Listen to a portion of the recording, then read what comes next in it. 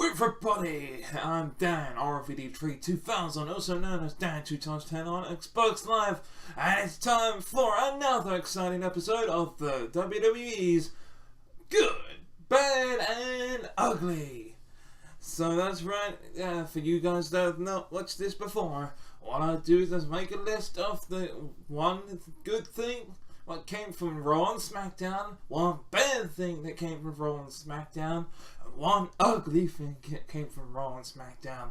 And the ugly thing isn't exactly what you think, and it ain't like, oh, I can't watch this type of thing. It's just it was okay. It wasn't good and it wasn't bad. It was just ugly. It was just in between. Now without no further ado, let's get on with my WWE. Is this week's Good, Bad and Ugly. And we're going to start with Good, Bad and Ugly for Monday Night Raw. Now. And we're going to start off with the good thing that came from Monday Night Raw this past week. And the good thing that came from Monday Night Raw, yes, we had the tag team match with Kurt Angle and Braun Strowman and taking on Baron Corbin and Drew McIntyre. But, you know, that was good. But for me, the good thing to come out of Monday Night Raw this week was Jeff Jarrett versus Elias. It was another very funny moment where we had Jeff Jarrett that was going to continue the song from the week before, where he was going to sing Baby Tonight, but of course got interrupted by Elias himself and got whacked over the back with the guitar and everything like that. So because he did that, there was a matchup between them both. And yes, he looked as good as he did 10 years ago, or whatever, 12 years ago. And he can still wrestle, Jeff Jarrett. He can take bumps like there's no tomorrow. Yes, Jeff Jarrett lost, the match was in between. It was okay, and it was pretty short. But the fact that Jeff Jarrett can still go, the fact that it's still cringy that, that nobody knows the words to My Baby Tonight, it's still good and fun. And that puts the E in it, and that puts the WWE stands for World Wrestling and Entertainment, but and it also stands for Walk with Elias. And whenever Elias is on screen, it's always good, and it makes it even better when he's, even if he's being put over here. This is good to see Elias being put over by part-time legends like Jeff Jarrett. So. And the Road Dogg and everything like that. So it may be leading up to a match at WrestleMania, which I think, would just end up being the same. However, with him, the WWE Hall of Fame with Jeff Jarrett being there at WrestleMania, I wouldn't mind seeing that again. It would just be a load of fun, if you ask me. So, I thought that was just like one of the best segments of the night. Just the entire match was still so good. Very, very, very quick, but it's still good. I liked it. So with that being said, with the Jeff Jarrett and Elias being the good thing that came from Raw this week, I'm going to go on to what the bad thing was about Monday Night Raw this week. I'm not going to do that. No. The bad thing to come from Monday Night Raw was again a moment of bliss. They are really trying their hardest with the moment of bliss not to be bad, but every time the moment of bliss happens, there's interruptions. And this past week's guest was no other than EC3, and she was so drooling her little eyes out and all over EC3 and his fit ass body, which I have to admit, he is pretty jacked. So any girl would want a piece of that. And they even made a reference to his very large persona or whatever it is they said on Raw. It was like pause referring to his, ding dong. But seriously, it was just bad, because it was interruption after interruption. Like, first Dean Ambrose interrupted, or Nia Jax interrupted, sorry. Then it was Dean Ambrose, and then there was a match afterwards with EC3. It's just, it's just bad. Like, the fact that he never got a chance to talk, and he's been a mute for some time. Yes, it showed off the very good assets of him in the ring against Dean Ambrose, as Dean Ambrose is on his way out the WWE for whatever reason. So, I don't know. Moment of bliss. I just hope it gets better than this. And I didn't mean to make a rhyme there, but hey, I'm all out of time. But in all seriousness, I just want Moment of Bliss to be pretty good, and I don't want it to be bad or good. I don't want it to be bad anymore. It's just one of those things that these talk show segments are good, but most of the time they're just fillers. And so not all talk shows that like Moment of Bliss could be as good as the Cutting Edge or Miz TV, for example. So it's a hit and a miss. So just we're gonna go on to the ugly part of Monday Night Raw, and we're gonna do that now. And the ugly part of Monday Night Raw was the beginning of the show, where we had Ronda Rousey, who's slowly becoming not a heel, but just hated. I mean, at first everyone liked her and was cheering for her, and I didn't like her. Now I'm starting to like her, but everyone else hates her. And so with that, because she's the Raw Women's Champion, everyone knows now that she's not going to lose. Probably not until WrestleMania to Becky Lynch. And so, it's going to be hard to see. At the beginning of the show, when she faced the Riot Squad, Ronda Rousey, she had to face Liv Morgan, and within a matter of seconds, she made Liv Morgan tap out. And then she was like, "Oh, I'm sick and tired of this, and you bring me and all this type of stuff," and saying, "Hey, anyone else want some? Hey, Sarah, what about you?" And of course, Sarah Logan went in the match with Ronda Rousey, and again, just in a matter of seconds, it was over with Sarah Logan tapping out. And we had a little tease where we had Ruby Riott that went up to the plate, but she's like, "Nah, I'll back away." And the reason why is because that's Liv Morgan and Sarah Logan were they were injured and they needed looking after. So she wasn't being a coward, she was just looking out for Liv Morgan and Sarah Logan. And quite frankly, 3, 2, 1, go back, because I just had that. I'll turn this to mute just in case. 2, 1. Go. Sorry about that interruption, but so yes, they're ugly. It was just, it was not so good to see just Ronda Rousey being Ronda Rousey. So with that being said, that was the good, the bad, and the ugly part of Monday Night Raw. And as I will move on now to the good part, the good, bad, and the ugly of SmackDown Live. And now with that being said, let's go on to SmackDown Live. The good thing that happened on SmackDown Live right about now.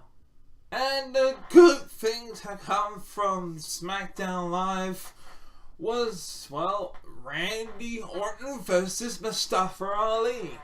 I know that most people don't. It's not that they don't like Randy Orton. I love Mustafa Ali, and I like Randy Orton because he's like my second favorite superstar in the modern day era. And Mustafa Ali is probably at least number 6 or 7. But hey, yeah, those two put on an actual good match. It's like the usual spots for Randy Orton of that huge power slam that he does. Yes, he's slow and methodical, but that just goes with the character of Randy Orton being the Viper, and he hits an RKO out of nowhere at the end of the match to win the match. But there are two of the competitors for the Elimination Chamber, and it sets up what those two can do inside the Elimination Chamber. As Mustafa Ali was pretty good himself against Randy Orton in that matchup. It was good. It was actually a very good, impressive matchup. Yeah, because once again we had an RKO out of nowhere. We had both Mustafa Ali and Randy Orton using the announce table to their advantage. What could have been an 054 onto Randy Orton turned out to be an RKO out of nowhere. It was a very good, well played matchup. But even if that meant Randy Orton won the matchup, it was very good because even there, although something did go wrong during that matchup and Mustafa Ali got a black eye afterwards, I looked that up after I watched SmackDown and it turned out that Mustafa Ali got a black eye during that matchup. But at the time I did not notice it when I watched SmackDown. But apart from that, the matchup itself was pretty good. I always enjoy a Mustafa Ali match. Randy Orton's always pretty good at times. Whenever he's in the ring, he will majority of the time nowadays he will put someone over. If not, well, it's like one of those, he will win one, he will lose one, he will win one, he will lose one type of deal. If it's like a cruiserweight, you can almost guarantee an RKO out of nowhere to win a match for Randy Orton. So whether you like him or hate him, you gotta respect him for the stuff he does in the ring. Maybe not so much for what he does outside of it, but inside. So I really liked that match. It was really good. And with that being said, I'm going to go on to what the bad things was from SmackDown Live this week, and I'm going to go to that right about now. And the bad thing about SmackDown Live this week was the Daniel Bryan promo. I was originally going to put the ugly one, I'm going to admit that, but then I saw something else that was definitely that was better than the Daniel Bryan promo, but not good. It is, so therefore it ain't gonna be the ugly, and it was the bad. It was just, again, it was just weird. Like, I had Daniel Bryan coming out into his home crowd, but he praised them.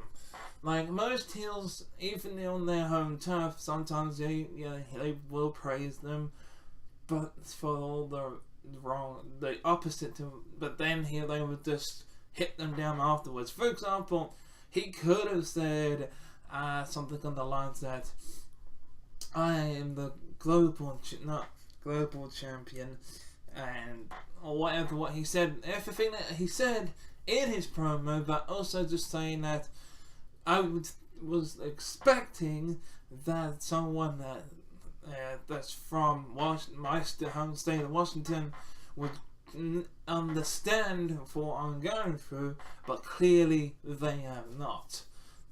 So, in a way, to trash your hometown, to go that route would be perfect for me. But he did not. He practically praised them, and I just went on about the Elimination Chamber and saying that he's going to win and everything like that.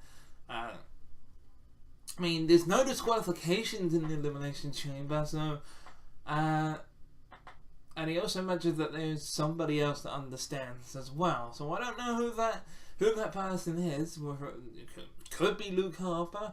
It could be Bray Wyatt at this point. We haven't seen him airing around in a bit. Who knows who he was on about? But that being said, it's just I just didn't really understand it that much because it's a weird promo. I mean, I like the new Daniel Bryan, and I like Daniel Bryan throughout his career anyway. Before he's been this heel, like from like the beginning, like not from the beginning, but the beginning of his WWE career at least. From his Nexus debut all the way to now, it's the 3-time WWE champion.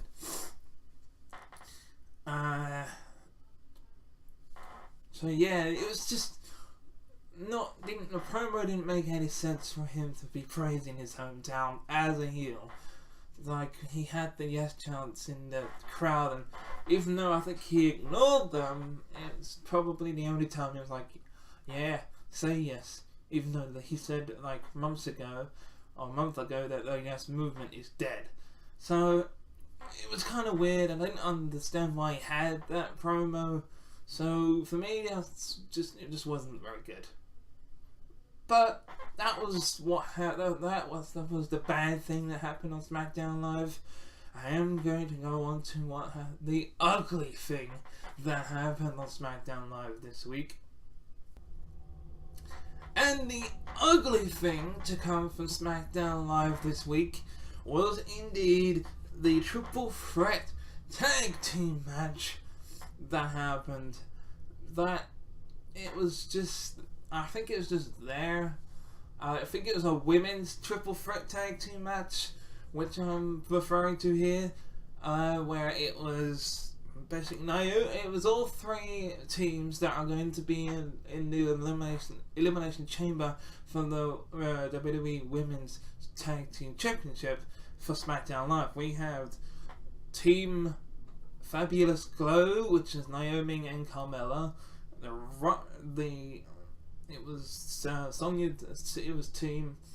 It was also, what was it? What's something to do with, I don't know. Something to do with Sonya Deville and Mandy Rose. I've forgotten what they called themselves. I'll see if I can remember. But anyway, and of course the third team was, who was the third team? There was a with Sonya Deville and Mandy Rose. And the Iconics, that was it. Let's say it. So the Iconics, Mandy Rose and Sonya Deville, and of course Naomi and Carmella. Some weird last mix of a tag team there. The match was okay. It was just there. It's just a match that was there, and I did like it, the matchup, but it was just the teams are just. It's just going towards Sasha Banks and Bayley that will get on Monday Night Raw that may actually win this. There's so many mixed match teams that are in the Elimination Chamber from this Sunday, which it's gonna be. It's gonna be not this Sunday, but the Sunday after, next Sunday. But it's just gonna be. It wasn't that great. It wasn't good. It wasn't bad. It was what it was. In my opinion, it was ugly. It was just there. Like, I think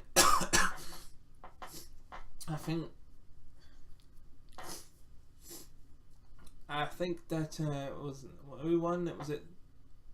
Was it Mandy Rose and Sonya Deville that won the match? I can't remember that well, but yeah, it was just there. It was just nothing too special to get excited for. So just a warm up situation for Elimination Chamber for the SmackDown teams. So yeah, that was the ugly part that came for SmackDown Live. It was the triple threat tag team match. I thought all those 3 women tag teams are right there for the Elimination Chamber. And with that being said, that was the good, the bad, and ugly for SmackDown Live. And not only was it the good, bad, and ugly for SmackDown Live, but it was also the good, bad, and ugly for this week in WWE. And let me know in the comments below what you thought of this video. Was it good, was it bad, or was it ugly? And let me also know what you thought of my No Night Raw on SmackDown Live this past week. I'm Danrvdtree2000, also known as Dan2x10 on Xbox Live. And until next time, and good, bad, and ugly, bye-bye.